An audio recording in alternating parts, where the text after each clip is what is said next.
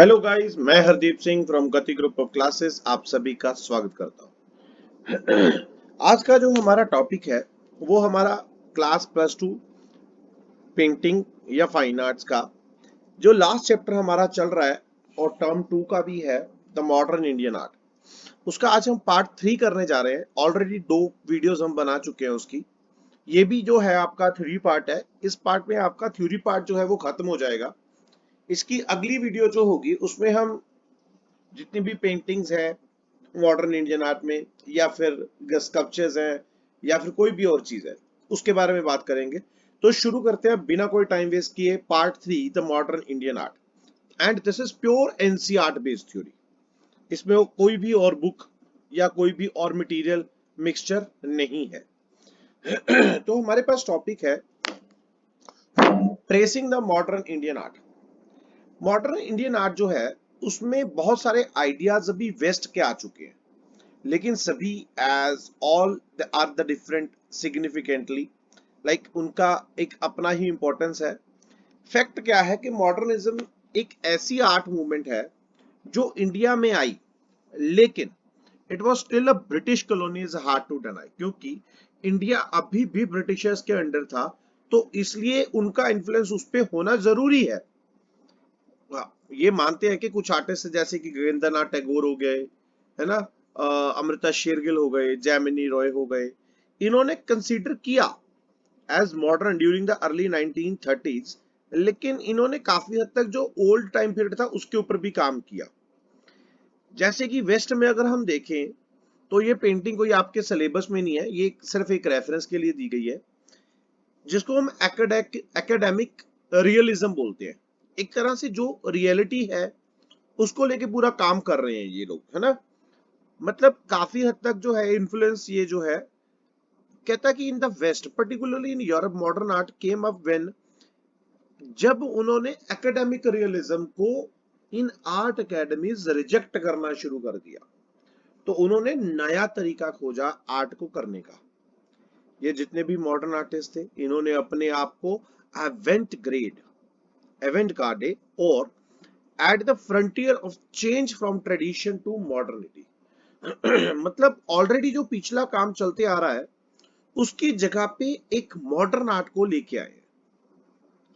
इस तरीके से जब जब टेक्नोलॉजी की डेवलपमेंट हुई इवन के आफ्टर इंडस्ट्रियल रेवोल्यूशन, तो जो ट्रेडिशनल आर्ट है ना, और जितने भी चर्च वगैरह थे, पैलेस थे जो कि डेकोरेट किए गए थे, उन सभी का मीनिंग एकदम खत्म हो गया।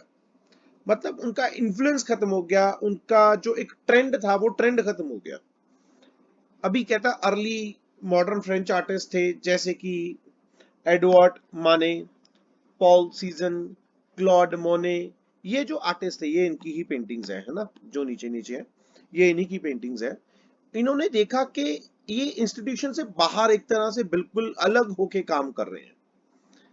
कैफेज, रेस्टोरेंट्स, अभी इनकी एक आर्टिस्ट की प्लेस बन चुकी थी जहां पे वो बैठ के काम करते थे, डिस्कशन करते थे, है ना, ये सारी चीजें करते थे।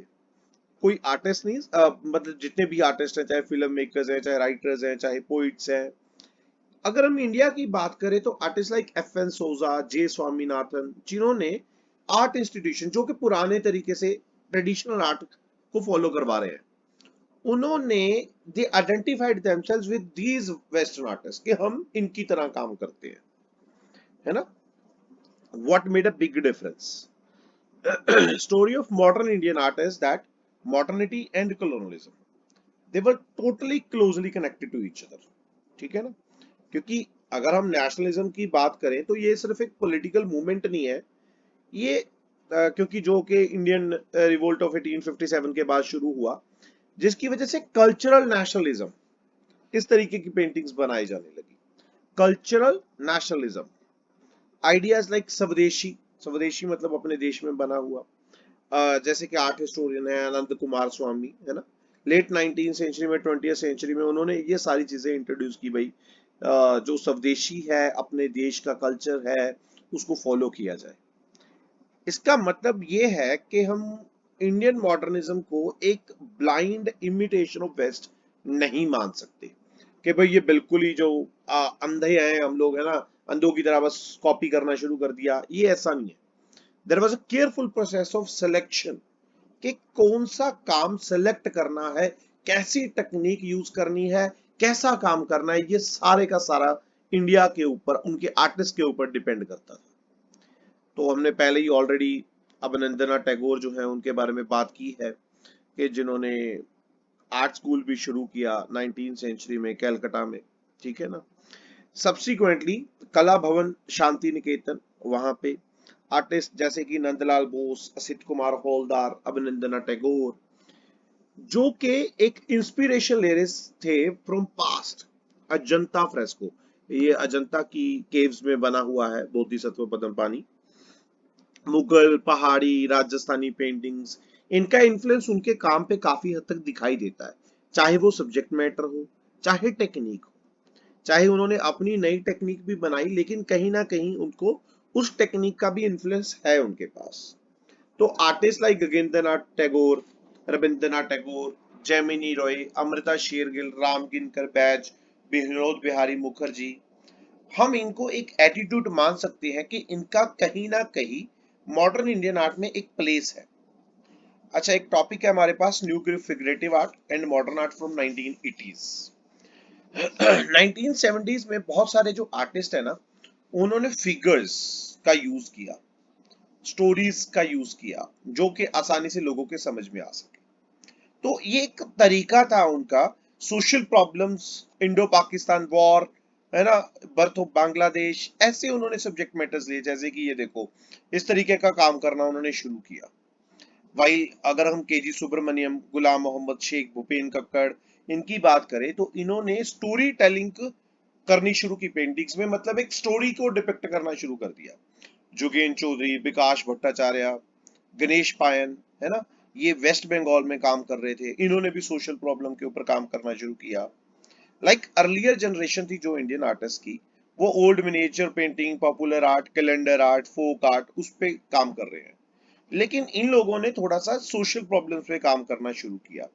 अभी फिगर्स जैसे कि हम यहाँ पे देख रहे हैं, अलग अलग तरह की फिगर्स यूज की गई हैं, है ना, ये आपके सिलेबस में भी हैं पेंटिंग्स। ज्योति भट्ट की Devi, Laxman Goud, man women and tree, Anupam Sood, of walls, ये ऑफ वॉल्स है, ये मैन वुमेन एंड ट्री है, ये देवी है ना। इस तरीके की जो पेंटिंग्स हैं, मैन एंड वुमेन के बीच में कंफ्लिक्ट है, सोशल इनइक्वालिटी है, कहीं ना कहीं उनको लेके काम करना शुरू किया इन्होंने। अर्पिता सिंह, नलिनी मालिनी, सुधीर पटवर्धन, एंड ये सभी लोगों ने ना लोगों की जो डेली लाइफ की प्रॉब्लम्स है बिग सिटीज की, उनको डिपिक्ट करना शुरू किया। बहुत सारे जो आर्टिस्ट हैं सच एज, उन्होंने अर्बन प्रॉब्लम्स पे काम किया, क्योंकि वो खुद देख रहे हैं सारा कुछ, है ना। तो ये उस टाइम पीरियड की बात कर रहे हैं हम लोग। वहां पे बड़ौदा आर्ट स्कूल शुरू हो गया, जो कि 1950s में शुरू हुआ। ये इनमें एक चेंज था, इन्होंने अपनी सराउंडिंग, अपना जो एटमॉस्फेयर था, अपना जो आसपास था, उसको लेके इन्होंने काम करना शुरू किया। बहुत सारे आर्टिस्ट दे वर अवेयर के उनका रोल क्या है डेमोक्रेसी में, सोशल पॉलिटिकल कंसर्न्स क्या हैं, ताकि वो लोगों को अच्छे रास्ते पे लेके जा सकें। तो उन्होंने फैक्ट विद फिक्शन, फैक्ट भी है, फिक्शन भी है, कल्पना भी है, सच्चाई भी है, कहीं ना कहीं ऑटोबायोग्राफी, है ना, इन पे काम करना शुरू किया। जैसे कि गुलाम मोहम्मद शेख थे, उन्होंने बसी लेन्स जो हैं ऑफ ओल्ड बाजार इन बड़ौदा, उस पे काम करना शुरू किया, ठीक है ना। तो इटालियन पेंटर्स की तरह जैसे उन्होंने काम किया। Being a teacher of art history, उनको पता था कि अर्लियर टाइम्स में लोगों ने कैसे पेंट किया है। KG Subramanyan Sheikh, teachers and founding member of Baroda art school, इन्होंने शांति निकेतन में ऑलरेडी ये पढ़ चुके थे। तो इन्होंने पब्लिक रोल को देखा कि उनके टीचर्स का क्या रोल था, विनोद बिहारी मुखर्जी, राम किंकर बैच, ये जो हमने अभी पेंटिंग देखी है, ये केजी सुब्रमण्यम की पेंटिंग है, ठीक है। वो उनको म्यूरल आर्ट में काफी ज्यादा इंटरेस्ट था, लार्ज पब्लिक बिल्डिंग्स पे काम करना उनको अच्छा लगता था, है ना। तो उनको सैंड कास्टिंग की जो टेक्निक थी वो बहुत अच्छी लगती थी, कि रेत में काम करना, है ना, which was known to local Rajasthani art, उनको पता था कैसे काम करना है। तो उन्होंने लार्ज स्केल पे रिलीफ स्कल्पचर्स भी बनाने शुरू किए, है ना। तो ये देखो, ये एक तरह का म्यूरल्स जो है वो कला भवन के बाहर, शांति निकेतन कला भवन के बाहर बने हुए हैं उनकी वॉल पे। तो ये किन्होंने बनाए हैं, ये इन्होंने ही बनाए हैं। तो इस तरीके से उन्होंने, ये देखो ऐसे म्यूरल्स भी हैं जो वो भी इन्होंने ही बनाए हैं। He did not want art to remain confined के सिर्फ अंदर आर्ट गैलरीज में ही नहीं है, पेंटिंग कर ली या कुछ कर लिया, कहते बाहर भी काम करो, पब्लिक बिल्डिंग्स पे काम करो, लोगों को इसके बारे में अवेयर होने दो, है ना, लोगों को समझ आने दो। तो such a public view of art can also be seen in a popular exhibition हुई उस वक्त पे 1981 में, प्लेस फॉर पीपल। मतलब लोगों को भी एक आर्ट में इंटरेस्ट दिलाना शुरू किया कि यार आप भी पार्ट हो सोसाइटी का, है ना। दिल्ली एंड बॉम्बे में 6 आर्टिस्ट थे, भूपेन कक्कड़, गुलाम मोहम्मद शेख, विमान सुंदरम, नलिनी मलिनी, ठीक है ना, एंड सुधीर पटवर्धन और जुगेन चौधरी जिन्होंने काम किया। यहाँ पे ये गीता कपूर है जो कि एक आर्ट क्रिटिक है, ठीक है ना। ये these first two were from Baroda, and एक आर्ट क्रिटिक थे गीता कपूर जिन्होंने इनके बारे में लिखा भी। So we came across manifestos written by themselves, उन्होंने बहुत सारे मैनिफेस्टोज लिखे, है ना, जिन्होंने उनमें आर्ट को एक्सप्रेस किया कि किस तरीके से वो इम्पोर्टेंस रखती है। भूपेन कक्कड़ एक पेंटर थे, है ना, द लोकल बार्बर हु और वॉच रिपेयरर थे, same artness as he painted the experience of queer men and their struggle के मिडिल क्लास क्या होती है, उनकी प्रॉब्लम्स क्या होती हैं। इंपॉर्टेंट कंट्रीब्यूशन है उनका बड़ौदा नरेटिव पेंटर्स में, ठीक है ना। वहां पे उन्होंने काम किया in the back allies of small towns and small shops, auto rickshaw पे काम किया, है ना, क्योंकि उसमें भी काम करना दिखना शुरू हुआ लोगों को। Taking a clue from Khakhar's bold move and Baroda artist celebration of popular art, young painters जो मुंबई के थे उन्होंने उनको इंस्पिरेशन मिला। ये पॉपुलर इमेजेस जो कैलेंडर्स में बनती थी, एडवर्टाइजमेंट में बनती थी, फिल्म के होर्डिंग्स बनते थे, बड़े बड़े बोर्ड बनते थे, है ना। तो ये पेंटर क्या है, फोटोग्राफिक इमेजेस को भी कैनवस पे उतारना शुरू किया। कैनवस क्या होता है, एक तरह का जैसे कपड़ा होता है जिसके ऊपर हम काम कर सकते हैं, है ना, वो लेकिन रेडी करना पड़ता है पहले उसको काम करने के लिए। Style is different from what we have seen so far. अच्छा, कई बच्चे ना, कई बड़े लोग भी थोड़ा सा मेरे को बोलते हैं कि भाई सर आप थोड़ा सा लैंग्वेज जो है वो बहुत कॉमन लैंग्वेज भी कई बार यूज कर जाते हो। तो मैं आपको बताना चाहता हूँ जो बच्चे हैं या फिर आप लोग हो या मैं हूँ, हम कॉमन पीपल है ना, तो हमें बात भी उसी लैंग्वेज में करनी चाहिए, अब समझाना भी उसी लैंग्वेज में चाहिए जिसमें हम समझ सके, बच्चे भी समझ सके, है ना। तो ये थोड़ा सा मुझे रहता है। तो ये मॉडर्न आर्ट ऐसी नहीं थी जो एक्चुअल में चल रही थी, है ना, उस वक्त पे double meanings, experimental techniques, water colour में काम करना शुरू किया। अभी जैसे कि हमारे पास ये टॉपिक आ चुका है न्यू मीडिया आर्ट, जो कि 1990s का जो टाइम पीरियड है उसमें शुरू हुआ। With the liberalization of Indian economy, impact of globalization हर एक जगह पे दिखना शुरू हुआ। एक तरफ तो India made advancement in information technology, तो सोशल एंड पॉलिटिकल इश्यूज हमें बहुत दिखने शुरू हो गए। इकोनॉमिक प्रोग्रेस चल रही है, सोशल अनरेस्ट है, आर्टिस्टों ने अलग अलग तरीके के काम करने शुरू किए। Medium like ईजल painting, sculptures that was created by artists who would earlier proudly sign on them as an expression of their unique creativity, उनकी इंपॉर्टेंस खत्म हो चुकी थी, है ना। अभी इंस्टेड न्यूली अवेलेबल मीडियम शुरू हो चुका था, वीडियोस अभी अटेंशन ले रही थी, इवन फोटोग्राफी वो भी अट्रैक्टिव हो चुका था काम अभी, है ना। मल्टीपल कॉपीज बननी शुरू हो गई। Art from that was increasingly contemporary installation की तरह काम होना शुरू हो गया था। अभी कोई बोले कि भाई ये ऐसे वॉच कंपनी को लेके इन्होंने एक पेंटिंग बनाई है ना, जैसे कि पहले हमने बात भी की थी कि वो काम करते थे। It provided a way to combine painting, sculpture, photography, video, सभी चीजों को एक चीज में इकट्ठा करना शुरू कर दिया। मीडियम स्प्रेड हुआ, है ना, whole hall could fully grab the attention from all sides, और एक हॉल में अच्छे से हर एक तरह का काम, इस दीवारों पे पेंटिंग्स लगी हुई हैं, अगर सेंटर में बात करें वहां पे स्कल्पचर्स लगे हुए हैं, कोई ग्राफिक प्रिंट लगा हुआ है ना। तो इस तरीके का काम वो उन्होंने शुरू किया। It offered a new immersive experience which affected almost all our scenes. However, technology के ऊपर डिपेंड होना शुरू कर दिया हमने ज्यादा। इंस्टॉलेशन आर्टिस्ट जैसे कि बड़ी बड़ी आर्टिस्ट थे, नलिनी मलिनी, है ना, मुंबई से, विमान सुंदरम फ्रॉम दिल्ली, इन्होंने बहुत बड़े बड़े काम किए भी ये, लेकिन इनर गैलरी में नहीं काम नहीं कर रहे, ये बाहर की गैलरीज में काम कर रहे हैं। मतलब बाहर का काम, नॉट इन गैलरीज, रूम्स में काम नहीं करना। सब्जेक्ट मैटर उनका एक बिल्कुल अलग है, photography long regarded as the rival of painting. तो copy of word give new ideas to the artist. अभी उन्होंने एक जैसे कि फोटो रियलिज्म, अतुल दोदिया ने जैसे बापू एक पेंटिंग बनाई है, ठीक है ना, न्यूयॉर्क में पड़ी है ये, तो उसमें भी काम किया उन्होंने। मैनी यंगर आर्टिस्ट अभी ऑयल एक्रेलिक पेंटिंग जो है उन्होंने वो काम करना शुरू किया टेलीविजन स्क्रीन के लिए। टीवी संतोष, शिबू नितनसन, इन्होंने भी फोटो रियलिज्म में काम किया, है ना, कम्युनल वायलेंस के ऊपर काम किया। तो ये एक अभी टेक्नोलॉजिकल एडवांसमेंट की वजह से काम में एक नया तरीका आना शुरू हो गया। Photography could also be used to document changes in society as artists saw them। जैसे जैसे उन्होंने देखा तो उन्होंने उनके काम में भी चेंजेस आने शुरू हुए।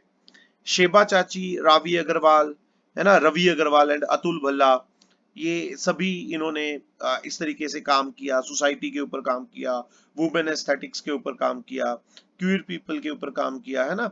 Often they would express their concerns about ecology like pollution of reverse, urban congestions के लोगों को क्या प्रॉब्लम आ रही है शहरों में। तो फोटोग्राफी एंड वीडियो दोनों ने कंटेम्परेरी आर्टिस्ट को काफी ज्यादा इंस्पायर करना शुरू किया। कंटेम्परेरी आर्ट अभी कॉन्टिन्यूसली अगर हम बात करें चेंज हो रही है, क्यूरेटर्स एक्सपेरिमेंट कर रहे हैं, है ना। तो अभी जैसे कि ये देखो इस तरीके से अभी क्या है कि डिजिटल आर्ट होनी भी शुरू हो चुकी है ना। तो अभी आजकल की अगर हम बात करें तो बहुत सारे आर्टिस्ट हैं जो कि डिजिटल काम करते हैं, सीधा लैपटॉप पे या फिर अपने किसी भी गैजेट पे, कोई एप्स वगैरह आती हैं ना, उन पे काम कर रहे हैं अभी लोग, है ना। तो इस तरीके से जो आर्ट है वो मॉडर्न आर्ट, इस सभी को हम मॉडर्न आर्ट मानते हैं, है ना। तो देयर एक्सपेरिमेंटेशन, इन्फ्लुएंस, एक्सप्रेशन अभी जो अलग अलग है। इवन सोशल मीडिया भी मेजर रोल प्ले कर रहा है। As a student of visual art one must explore artist work in their own cities. उसकी सिटी में जो तो काम हो रहे हैं वह उनका कलेक्ट इंफॉर्मेशन कलेक्ट करे, विजिट करे आर्ट गैलरीज को, है ना। हर एक को उनको देखना चाहिए। तो आज के लिए गाइस इतना ही। अगर आपको वीडियो पसंद आई हो तो प्लीज इसे लाइक किए, शेयर करें, सब्सक्राइब करें चैनल को, बेल आइकन को दबाएं ताकि वीडियो का हर एक का आपके पास पहले पहुंचे। अभी हम थोड़ी देर में क्वेश्चंस की जो वीडियोस हैं वो भी आपके साथ शेयर करेंगे, ठीक है ना। तो गाइज तो प्लीज शेयर करें, सब्सक्राइब करें और लाइक करें। Thank you very much guys, bye bye everyone.